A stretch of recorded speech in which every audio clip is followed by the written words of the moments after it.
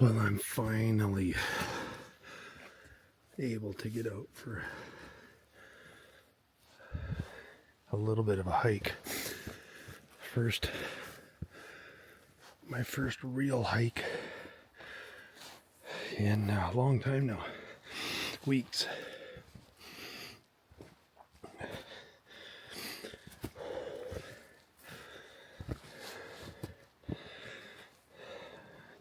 Not getting too carried away, but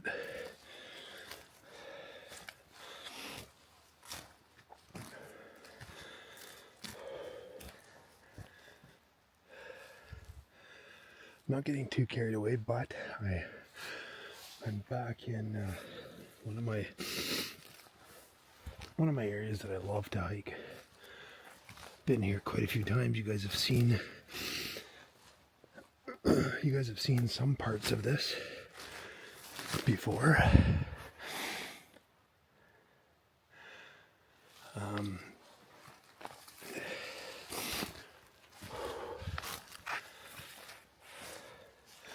So just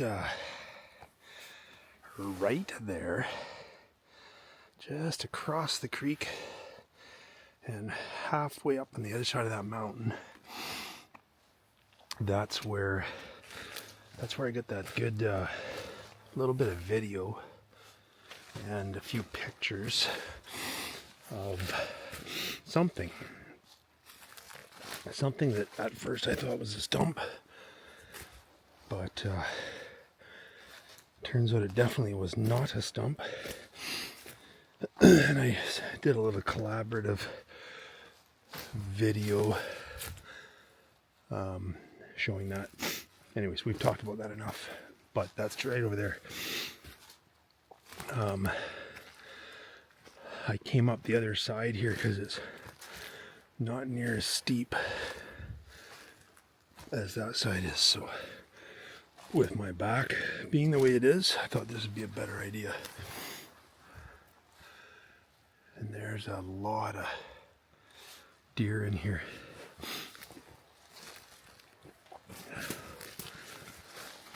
A lot of big blacktails in this area.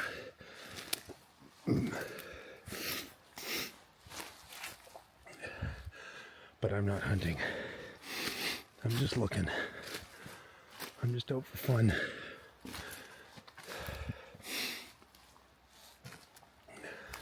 What a beautiful spot. I love this valley. There's a beautiful creek down there. Look at that mountain up there.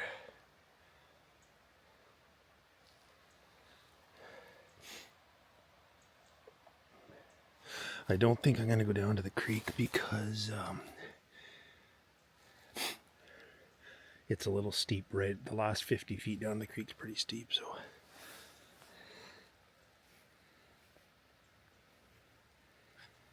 Just gonna zoom in here for a minute.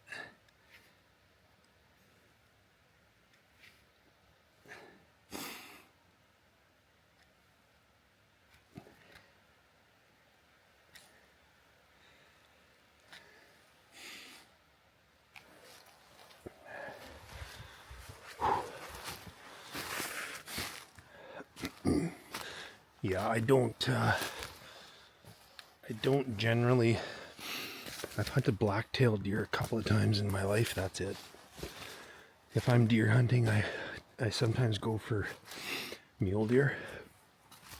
I used to go every year, but now I just go once in a while because after I get my moose, I just really don't need any more meat.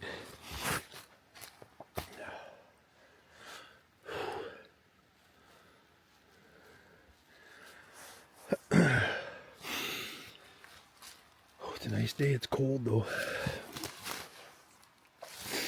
I got about, my guess is I got about an hour before it's dark.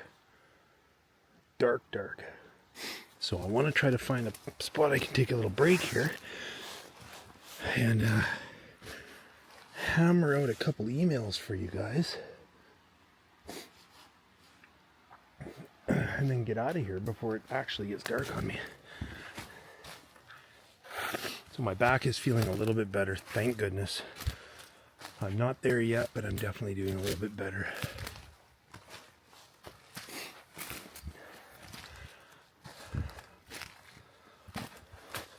I had a subscriber email me. Super nice man, Mr. Peter Warner. Peter's emailed me a couple of times, and he emailed me a couple of days ago that he was out hunting, and just showing me the area he was hunting, and it was beautiful. It was a fresh snowfall and everything, and he emailed me a video clip of that, and he's like, yeah, it's crazy, not a damn deer. And then sorry guys, I'm out of breath because I'm out of friggin' shape. And then he emailed me yesterday and said, Outlaw, you're not gonna believe it, I got a little bit of outlaw luck, and I got myself a nice big whitetail deer. And did he ever? It was a dandy. Well done, Peter. Good job, man. You know what, guys, I'm gonna sit down right here on this log here. I'm gonna take a look around just to see if there's anybody watching me, as I always do. And I'm gonna sit down and I'm gonna read you guys a couple emails here, because it's gonna get dark fast. All right. So our temperatures now are getting down below freezing at night. We're last few mornings it's been like -2, -3 degrees, so definitely cooling off. The snow is just above that mountain right there, so it's not very far off. We're gonna have snow soon down right here.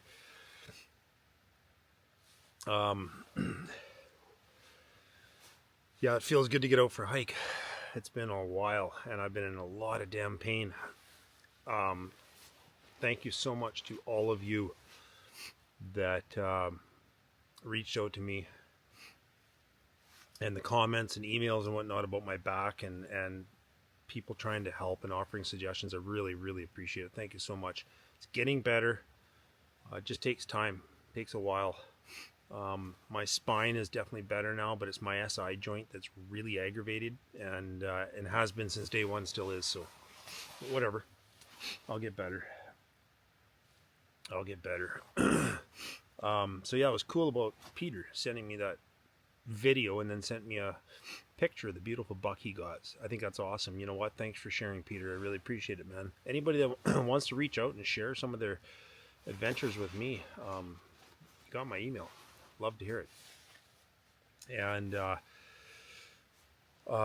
been busy. I've been taking advantage of my downtime and contacting some people and getting a hold of some people, and I've talked to probably half a dozen people in the last week or so that have emailed in and shared their encounters. Some of the emails I've already read, and some that I've received and haven't read yet. Yeah, I had some good conversations. I had another probably hour-long chat with Miss Evelyn. Evelyn Hunt, what a absolutely phenomenal lady. And she said to me, I said, you know what, Evelyn, can you send me an email if you don't mind? Send me an email with, she's had 8 or 10 experiences or something like that with these people, with the Bigfoot people, and she went on and on about it and explaining more stuff and her beliefs and her thoughts. And I said, you know what, put it in an email if you don't mind. And she was excited. It's like, okay, I would love to do that. She said, it might be a few pages long, but I can do that for you. And I'm like, that's phenomenal. Thank you. And I said, I want to share it with people. So she says, okay, great. Tried again to get her. I tried to get her to do a phone call or a live video call with me or something, but she's just not interested. She lives in a really small village. I think she said there's like 360 people.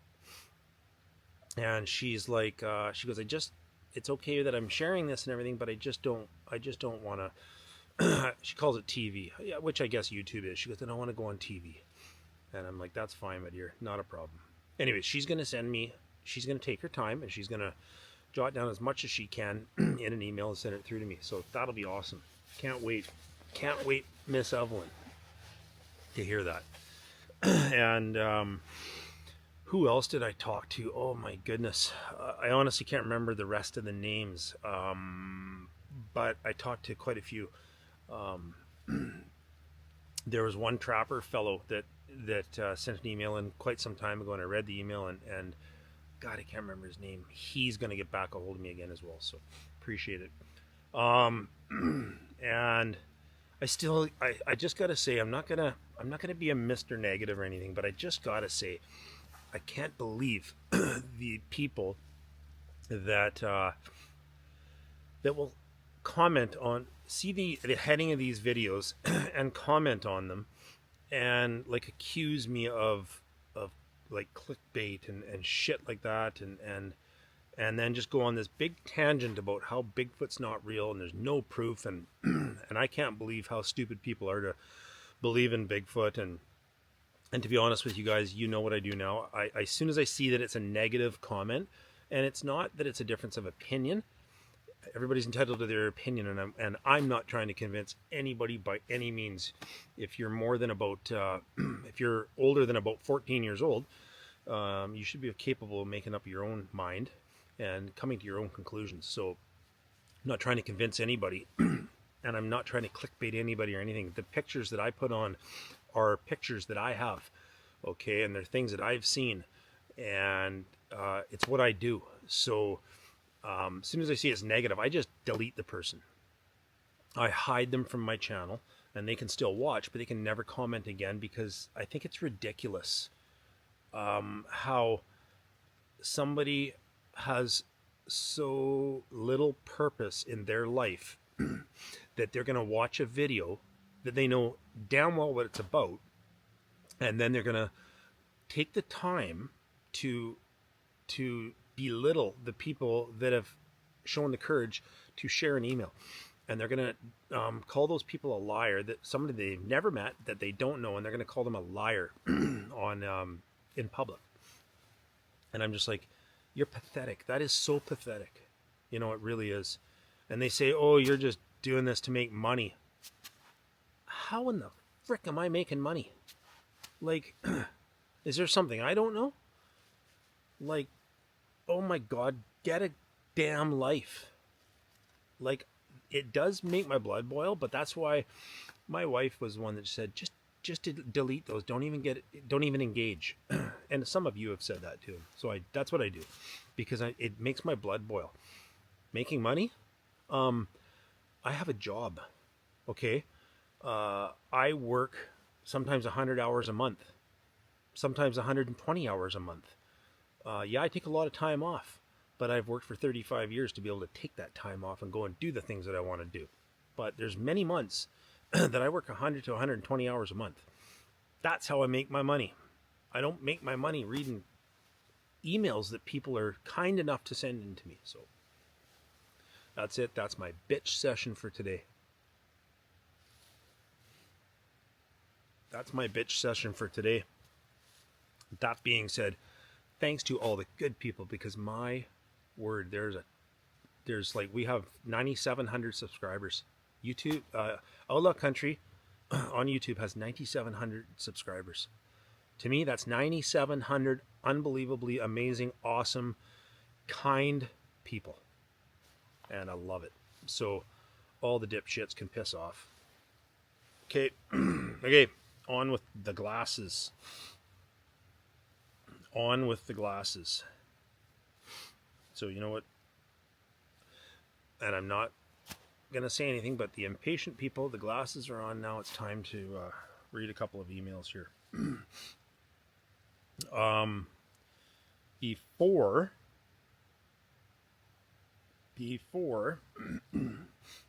I do that, oops. Just before I read the emails, don't worry, they're coming. Mr. Barry Jernigan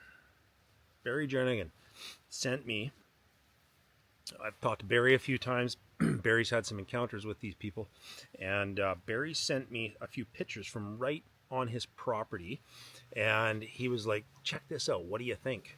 And so here's picture number one. So this was a perfectly healthy tree, and I'm guessing by the looks of it, probably a 60-foot tree. And Barry said it was a very healthy tree. And then one day he looked out and it was like this. You see that? I hope the cameraman held steady and zoomed in for you. The tree's broke probably, excuse me, probably, I don't know, Barry could answer this, but it looks to me like it's broken probably 12 or 14 feet up. And it looks like it snapped like a match, like a wooden match. And he goes, there was no wind or nothing that night. I just woke up and the tree was like that. And you know what, Barry, I've seen lots of trees like that. Lots. I've done videos on trees that are broken like 10, 12 feet up in a patch of trees, good healthy alders, and there'll be 3 or 4 snapped off. I'm sorry, people, it's not snow load, and I'm sorry it's not the wind. Okay? It's just not. Hang on. Bear with me. Bear with me.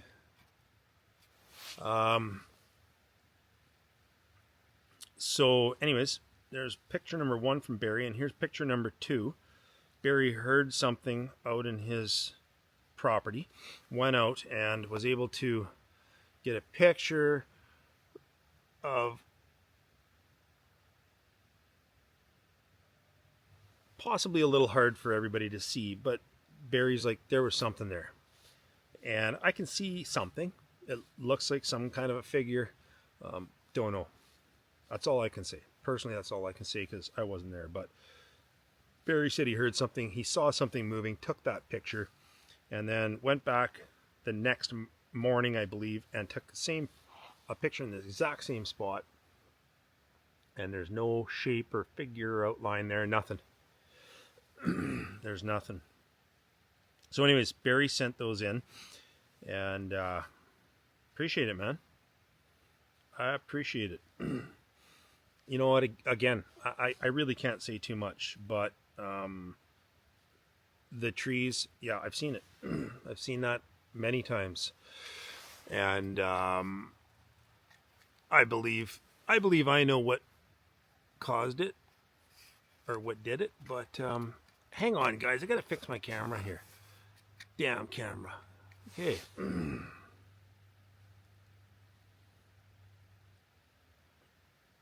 Okay, so that's it with the pictures. Now we're gonna get onto these emails because it's getting dark real quick, and I got about 3 miles to get out of here. So it's probably a 6-mile hike. Not bad, right?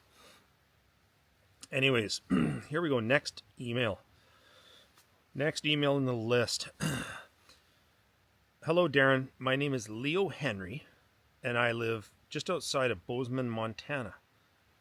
And I've been in the same small town now for 60 years. I'm 81 now, and although my mind wants to be out in the mountains, breathing the fresh air and feeling the wind in my face, my body has given up and now keeps me fairly close to my home. I do still walk for a couple of hours each day through town, but no more walking up and down the mountains like I used to. I started working in the wilderness when I was 15 years old as a wrangler for an outfitter packer, and I never turned back.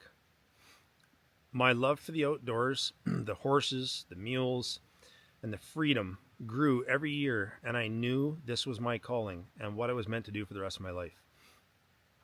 I worked for the same gentleman for 10 years, and in the mid-60s, he approached me about buying his outfit. I was young, but I had saved all my money. I had nowhere to spend it because I lived on the ranch and worked every day except for Sunday mornings. Pete was the man I worked for, and he offered me the outfit, but not the land where he lived. He was now in his early 70s and ready to slow down.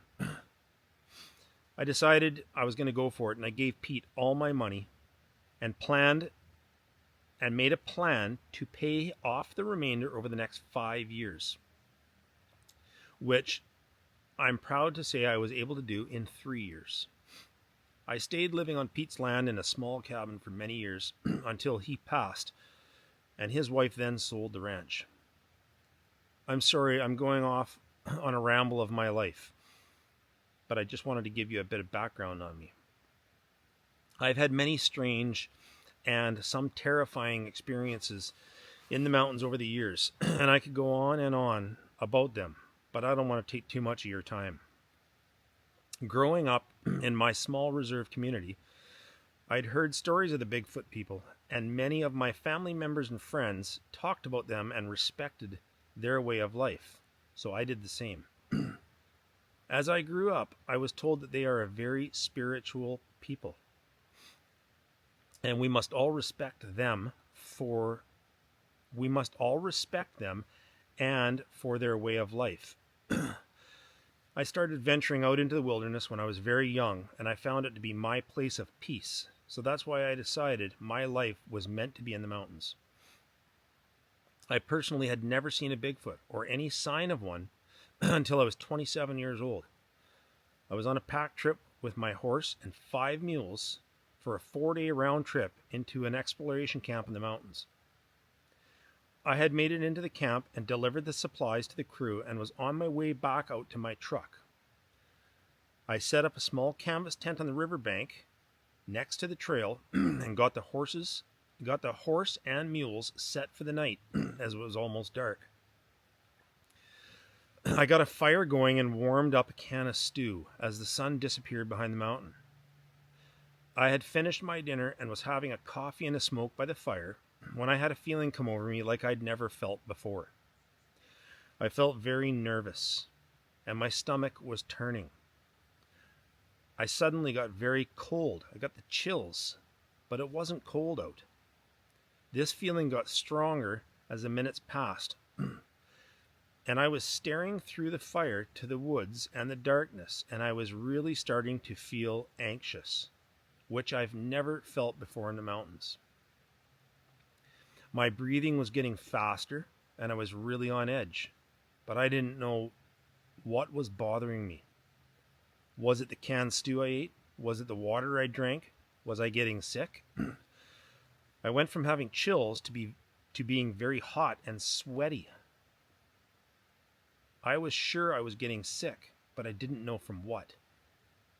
I was still sitting at the fire, staring at the flames, waiting for this feeling to pass, when something moved on the other side of the fire and caught my eye. I looked up and kind of around the fire, and what I saw almost stopped my heart from beating. Not more than 15 feet from my fire was a massive Bigfoot. It was standing in plain view, just in front of the trees, staring right at me. I could see the glow of its eyes from the fire. I could see its nose twitching and its huge eyes blinking. All of a sudden, I couldn't hear the crack of the fire anymore. All I could hear was deep breathing, and it was loud. I couldn't move. I did have my sidearm on my belt and my rifle leaning up against my tent, but I could not move a muscle. This guy never moved either. He just stared at me, breathing heavily. He then turned his head and looked to his left, and my head followed as my eyes focused on the darkness. There were 2 more of them right on the edge of the trees, where the light from the fire ended. These 2 people were looking right at me as well. I had an unbelievable feeling of fear come over my entire body. I thought they were going to take me right then and there. I watched these 2 for a minute, if that, then turned back to the first one across from me, and he was gone. I looked around quickly, but didn't see him. I then looked back at the 2 to my right, and there he was, with them. He was standing directly in front of one of them and the other off to his side. He was much bigger than the other two were. I'd say he was 8 to 9 feet tall. Very, very broad, thick shoulders and chest. The others were maybe 6 feet tall and much thinner. They were all staring at me now, and I was certain I was a dead man. I felt like a very long time that we looked at each other, and then the big guy raised his hand, and he had what looked like some kind of an axe or wooden club or something in his hand. I tried to talk, but I couldn't say anything. I squinted my eyes, thinking maybe he was going to throw something at me, but then he lowered his hand and instantly vanished. I mean, he disappeared right before my eyes in a split second. The other two did the same. They were all gone without a sound. They didn't make a sound getting there. They didn't make a sound getting there so close to me. And they never made a sound leaving. I believe these people to be a spiritual being as well. I always have. But after that evening, I think there's much more to it. And they are more than just a spiritual being. Needless to say, I did not sleep that night. I drank coffee by the fire until sunrise, packed my shit, saddled my horse, strung my mules, and headed for the truck. The trip out was uneventful, but all I could think about was my experience from the night before. I remember that night like it happened yesterday, as I do most of the other times I ran into these people. Yes, there's been many others. I worked the trail for over 60 years, and in all my time, I've only seen them 6 or 8 times. And some of those were very brief. I don't know why they were there at my fire that night, or what they wanted. But what I do know is they didn't want me dead, because they could have taken me out very easily. I've had a couple times where these people spoke to me in their language, what I consider their tongue. But I'll save that for another time. I wanted to share my experience with you so that if you ever run into them on your travels, you know what to do or maybe what not to do. I enjoy your hunts, your hikes, and the other experiences that you share with us all. Enjoy it while you can, because unfortunately we all get old, and time goes faster the older you get. You have many good years left to enjoy the wilderness, so enjoy it. Feel free to reach out to me if you'd like. Best regards to you, Leo.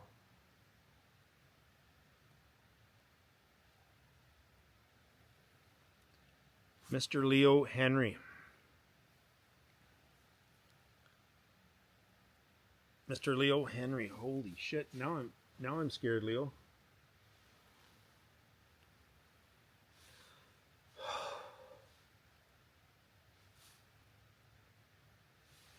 Like the hair on the back of my neck standing up on end right now.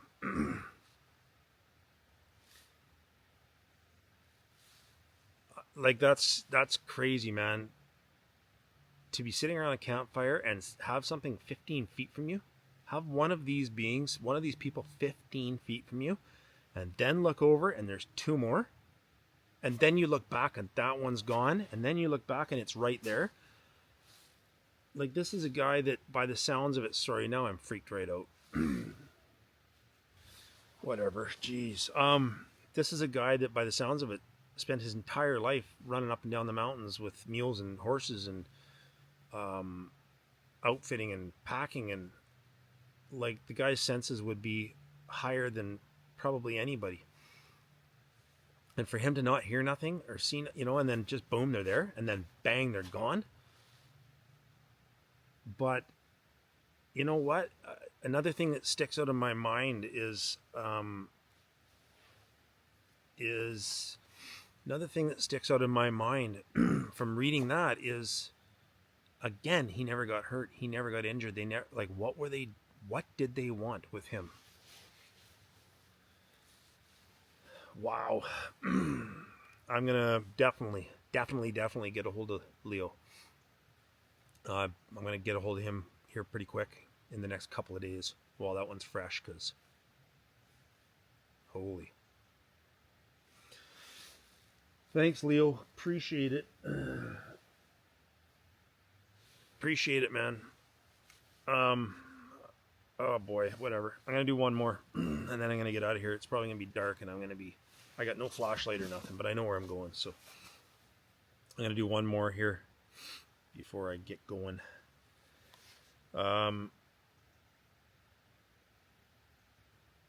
Okay, so this one here, I know this email.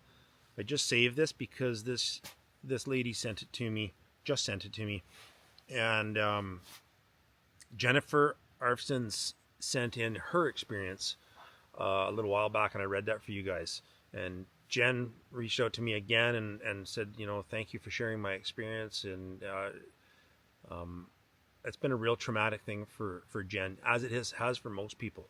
But that her experience was real traumatic for her. So anyways, she said that her dad also had an experience with these beings when she was a little girl, and her dad told her about it. And she said, I'm going to share my dad's story with you as well. And I said, absolutely, love to hear it. So Jen Arfston's dad's email. So Jen's, I don't know if Jen's dad is still with us or not, but her email starts off by saying, my dad was a Vietnam veteran. I want to take the time, whether he's still with us or not, to thank him for his service. All right. So anyways, here we go. Jen Arfston's dad's email. My dad was a Vietnam veteran. He had a Sasquatch encounter in the Marble Mountains wilderness when I was small. He always told me about it. My dad wasn't a liar, so I believe him when he told me about it. I'm the type of person who doesn't believe shit unless I experience it for myself. So when my encounter did happen, it set their existence in stone. Here's my dad's encounter. First, I'd have to describe my father.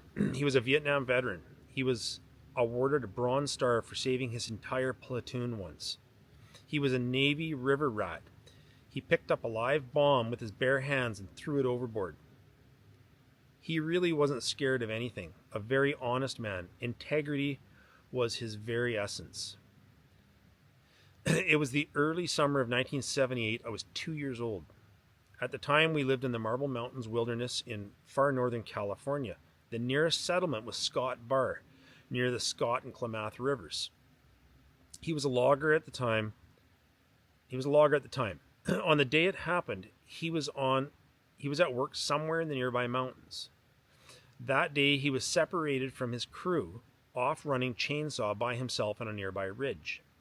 He was cutting away at a large tree near a drop-off when he said he smelled something horrible, like a skunk, a hippie in a compost pile, he described. He got the eerie feeling of being watched and looked over his shoulder and saw something huge. Stunned, he let go of his chainsaw, still in the tree, and spun around to see what he described as the biggest, tallest, hairy son bitch I'd ever seen, standing not 10 feet behind him. It was just standing there staring intently at my father. He faced it and started to slowly step back. He got a few steps walking backwards when he tripped over some brush and fell backwards down the drop-off. Shitting his pants on first impact, he somehow corrected himself and kept scaling downhill as fast as he could, never looking back. I got to a logging road and kept running. I ran until I located my crummy and drove out of there like my ass was on fire, he said. My dad quit his job that day. He even met his foreman nowhere near that place to get his last paycheck. Almost immediately, he packed us all up, myself, my mother, and older brother, and moved us out of the place we were living. We lived in a tent for a couple of months before he found us a place in town. He always loved the wilderness, but after that, he enjoyed it from afar and never attempted to live in or go out in it again. He was always matter of fact about his decisions and relocations. I don't know if the chainsaw was ever recovered. There was no way in hell I'm going back for it, he'd say, and I believe him. Thank you, Jen. Thank you so much, and thanks to your father. As I say, I don't know. I'm marking that as red. I don't know if Jen's dad is still with us or not. Pray he is. But if he isn't, he hears this, and thank you for your service. You know, what a man. And I can't tell you how many loggers have had experiences with these damn things. Lots. I have a man that I'm going to be contacting here very soon. I've spoke with him once already. He's a logging road contractor. He builds logging road. And I've talked to him once, and he has got some experiences to share, like crazy stuff. He can't email me. I don't know why, but he wants to talk to me, and maybe we can record or I'll write it down or whatever. But he's an older gentleman, and I think he's in his late 70s, still works building logging road. It's amazing how many loggers have had experiences like that. It's unbelievable. So thanks, Jen. Appreciate it. Leo, I just can't, I honestly can't get that. I can't get that out of my head. That's insane. You know, it really is.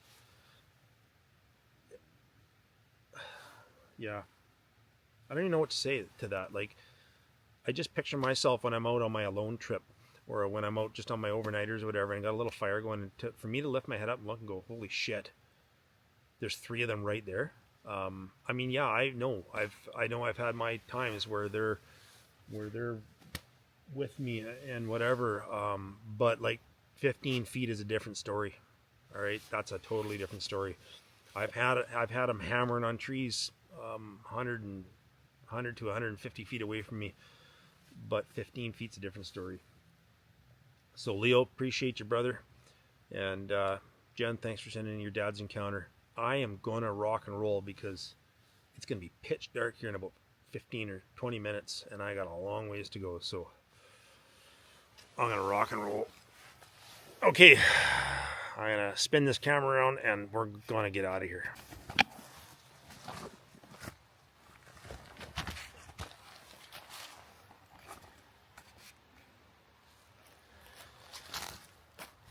Oh, I stuck around too long. I maybe should have stuck to one email. Oh well. Oh well. The way she goes.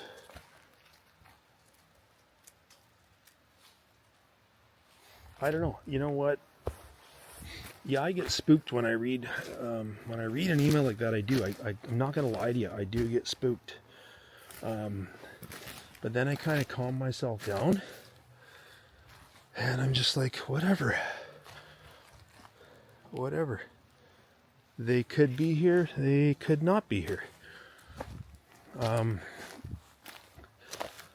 you know, I want to also say I don't come out to these areas looking for these forest people. I want to make that damn clear.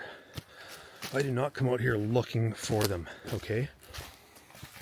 I've been out in these woods. I've been out here long before I knew they were here. Okay, I've known of their existence for 30 plus years, but didn't know they were here. And I like I said, I've hiked and hunted these hills here and these mountains for a long time, so I'm not going to stop. I'm not out here looking for them. I'm just out here hiking, doing my thing. And as I said, we're either going to coexist or we're not. And you know who it's up to? It's up to them. It's up to them if we coexist. I am 100% on board with it and want it, but so it's up to them.